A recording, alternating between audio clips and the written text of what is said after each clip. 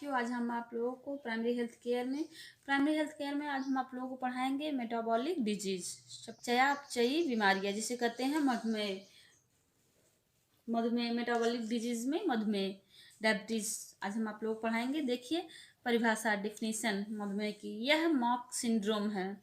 यह जो है मॉक सिंड्रोम है, जिसका मुख्य कारण इंसुलिन की कमी या उसके उपयोग न होने की स्थिति है। जिसका मुख्य कारण होता है, कॉजेज होता है इंसुलिन की कमी या उसके उपयोग का न होना। देखिए कॉजेज क्या है, कारण आनुवांशिकता, हेरिडिटी, आनुवांशिकता हो सकती है। अग्नाशयी संक्रमण, अग्नाशय से संबंधित इन्फेक्शन हो सकता है। फैट, मोटापा हो सकता है। मानसिक तनाव हो सकता है। इंसुलिन का कम स्रावण होना, इंसुलिन का जो है कम स्रावित होना भी इसका मुख्य कारण हो सकता है डायबिटीज का। देखिए साइन एंड सिम्टम क्या होते हैं, चिन्ह व लक्षण।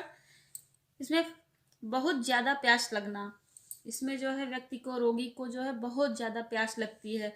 व्यक्ति को जो है बहुत ही ज़्यादा प्यास लगती है। अधिक मात्रा में उससे यूरिन स्रावित होना, व्यक्ति को जो है अधिक मात्रा में यूरिन स्रावित होता है, उसे अधिक मात्रा में पेशाब लगता है। रात्रि में अधिक यूरिनेशन, रात्रि में अधिक से अधिक जो है ज़्यादा से ज़्यादा यूरिनेशन होता है, ज़्यादा से ज़्यादा पेशाब होती है, बहुत पेशाब लगती है। बहुत ज़्यादा भूख लगना, पेशेंट को बहुत ज़्यादा भूख लगती है। इसमें भार में कमी व कमजोरी, उसके वजन में जो है कमी आती है, कमी होती है, वह कमजोरी आती है, उसे जो है कमजोरी महसूस होती है। घाव भरने में समय, जो डायबिटीज से ग्रसित जो पेशेंट होते हैं उसके घाव को भरने में समय लगता है। स्त्रियों के जननांगों में खिजली, फुंसियाँ, घाव होते हैं। मेटाबॉलिक जो डिजीज है उसमें जो है स्त्रियों के गुप्त अंगों में, जननांगों में खुजली, इचिंग होती है, फुंसियाँ हो जाती हैं और घाव हो जाते हैं। सूजन, जिससे उसे जो है स्वेलिंग हो जाती है उस जगह पे। डायबिटीज से ग्रसित, जो मधुमेह से ग्रसित जो पेशेंट होता है उसके जो है पूरी बॉडी में स्वेलिंग होती है, सूजन रहती है। नेक्स्ट देखिए कॉम्प्लिकेशंस, दिक्कत जटिलताएं क्या होती हैं मेटाबॉलिक डिजीज में, मधुमेह में। रक्त में शर्करा का ज़्यादा होना, रक्त में शर्करा का ज़्यादा कम होना, रक्त में, ब्लड में जो है शर्करा की मात्रा जो है ज़्यादा या कम हो जाती है। आँखों की रोशनी कम होना, रेटिनोपैथी जिसे कहते हैं, व्यक्ति के जो है आँखों की रोशनी जो है कम हो जाती है। नेफ्रोपैथी, किडनी में दिक्कत होती है, संक्रमण हो जाता है, इन्फेक्शंस हो जाते हैं, व्यक्ति को जो है इन्फेक्शंस हो जाते हैं, कई तरह के संक्रमण हो जाते हैं। मधुमेह कीटो एसिडोसिस हो जाता है। नेक्स्ट देखिए जांच, डायग्नोसिस, इसकी रक्त परीक्षण द्वारा, मधुमेह के रोगी की जांच जो है रक्त परीक्षण द्वारा, शर्करा स्तर की जांच करा करके, उपवास के समय व भोजन के पश्चात जो है इसकी डायग्नोसिस की जाती है। नेक्स्ट देखिए उपचार, ट्रीटमेंट किस तरह से करें, मधुमेह की रोगी की जो है किस तरह से इलाज करना चाहिए। भोजन में परिवर्तन करके, उसके भोजन में परिवर्तन करके इंसुलिन देना, पेशेंट को जो है इंसुलिन देकर, हाइयोगैलेसिक ड्रग दे करके,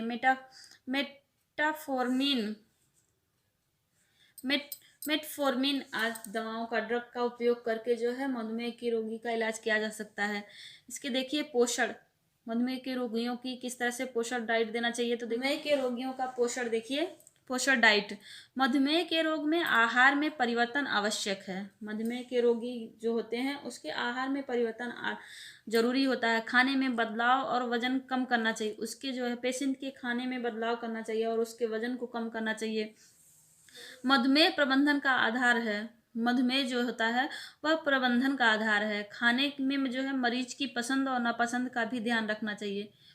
उसके भोजन में मरीज की, पेशेंट की जो है पसंद और नापसंद का भी ध्यान रखना चाहिए। नियमित समय पर उसे पोषण देनी चाहिए और वजन कम करने का सलाह देना चाहिए। पेशेंट को जो है नियमित समय पर पोषण देनी चाहिए और वजन कम करने का सलाह देना चाहिए। रोगी की शारीरिक ऊर्जा से 5% कम ऊर्जा होनी चाहिए।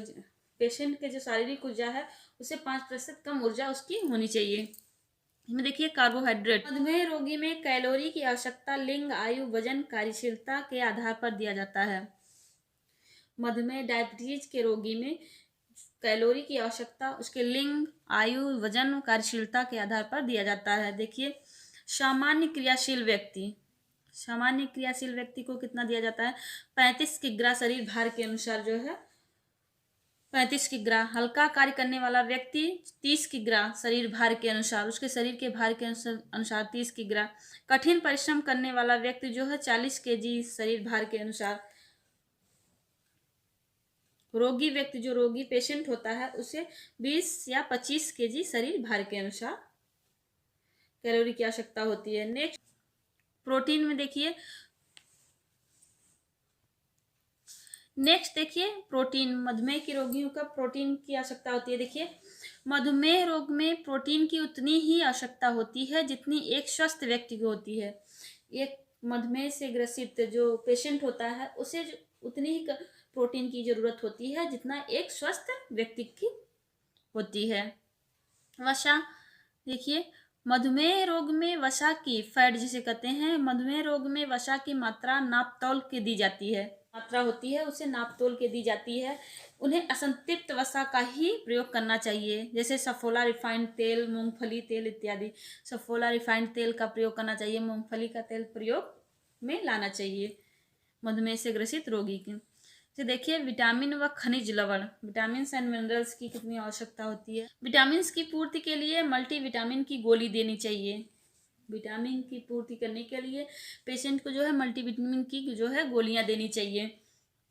खनिज लवण की पूर्ति करने के लिए हरी पत्तेदार सब्जियां व कम शर्करा वाले फलों का सेवन करना चाहिए। खनिज लवण की पूर्ति करने के लिए हरी पत्तेदार सब्जियां होती हैं उसे, और कम शर्करा, कम चीनी वाले जो है शर्करा वाले जो फल होते हैं उसे देना चाहिए। अधिक से अधिक मात्रा में इन्हें जो है खट्टे फल देना चाहिए, नींबू, आंवला फल देने चाहिए। नेक्स्ट देखिए, मधुमेह के रोगी का एक दिन का आहार योजन, मधुमेह डायबिटीज के पेशेंट का एक दिन का। देखिए, सुबह का नाश्ता 10 ग्राम दलिया दूध के साथ बिना शक्कर, 1 अंडा या 30 ग्राम मूंग की दाल भाप में पकाकर, 60 ग्राम ब्रेड थोड़ा मक्खन के साथ, 60 ग्राम ब्रेड थोड़ा मक्खन के साथ उन्हें जो है सुबह का नाश्ता में देना चाहिए। दोपहर का खाना में देखिए, दोपहर का खाना में मधुमेह के रोगियों को क्या देना चाहिए? 15 ग्राम दाल, 60 ग्राम अनाज, हरी पत्ते वाली सब्जियां या अन्य सब्जी, 90 ग्राम दही देना चाहिए उन्हें दोपहर के खाने में। शाम का नाश्ता 15 ग्राम बिस्किट, 30 ग्राम भुनी मूंगफली, चाय या कॉफ़ी दूध के साथ बिना चीनी के देना चाहिए। में उन्हें जो डायबिटीज से ग्रसित पेशेंट हैं उन्हें शाम के नाश्ते में 15 ग्राम बिस्किट, 30 ग्राम भुनी मूंगफली, चाय या कॉफ़ी दूध के साथ बिना शक्कर के देना चाहिए। रात के खाने में देखिए, 30 ग्राम आटे की चपाती या पराठा, पूड़ी, हरी सब्जियां, इच्छानुसार 250 ग्राम दूध देना चाहिए। रात के खाने में जो डायबिटीज से ग्रसित पेशेंट हैं उन्हें 30 ग्राम आटे की चपाती या पराठा, पूड़ी, विभिन्न हरी सब्जियां, इच्छानुसार 250 ग्राम दूध देना चाहिए। नेक्स्ट देखिए, मधुमेह के रोगी की आहार योजना में निम्न बातों को ध्यान रखना चाहिए। मधुमेह के जो रोगी हैं, पेशेंट हैं, उनकी आहार योजना बनाते समय निम्न बातों को ध्यान में रखना चाहिए। आहार संतुलित होना चाहिए, पेशेंट का आहार संतुलित होना चाहिए, उन्हें जो है संतुलित आहार देना चाहिए। मधुमेह के रोगी का आहार आर्थिक क्षमता व भोज्य पदार्थों की उपलब्धता के अनुसार होना चाहिए। मधुमेह के रोगी का जो आहार होना चाहिए वह उसकी आर्थिक क्षमता व भोज्य पदार्थों की उपलब्धता के अनुसार होना चाहिए। आहार में लहसुन, प्याज आदि देना चाहिए क्योंकि यह रक्त में ग्लूकोज तथा कोलेस्ट्रॉल की मात्रा को कम करता है। उनके आहार में, उनके भोजन में, उनके डाइट में लहसुन, प्याज की मात्रा अधिक देनी चाहिए जो रक्त में ग्लूकोज व कोलेस्ट्रॉल की मात्रा को कम करते हैं। मधुमेह रोगी को खट्टे फल देना चाहिए। मधुमेह से ग्रसित जो पेशेंट है उन्हें खट्टे फल का सेवन करना चाहिए, खट्टा फल का सेवन करना चाहिए।